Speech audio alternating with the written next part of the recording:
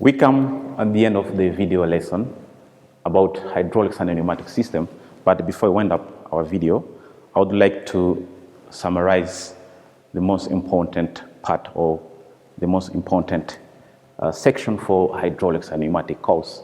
As the course name is hydraulics and pneumatic system, it's clear that the course is made up on two main parts, which is hydraulics and the pneumatic system.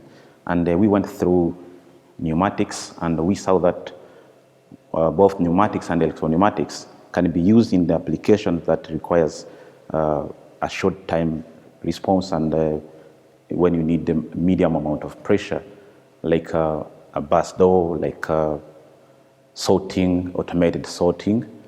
And we went through hydraulic system and electro-hydraulic system, and we saw that those systems can be used in the application that requires high pressure or extremely accurate feed.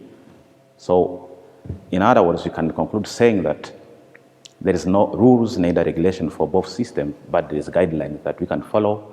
Let me say, like, if your application requires high pressure or extremely feed accurate, you can use hydraulic system.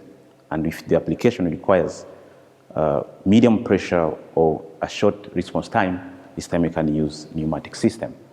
And if your application needs both medium pressure and accurate feed, so you can combine the two systems to operate your system correctly.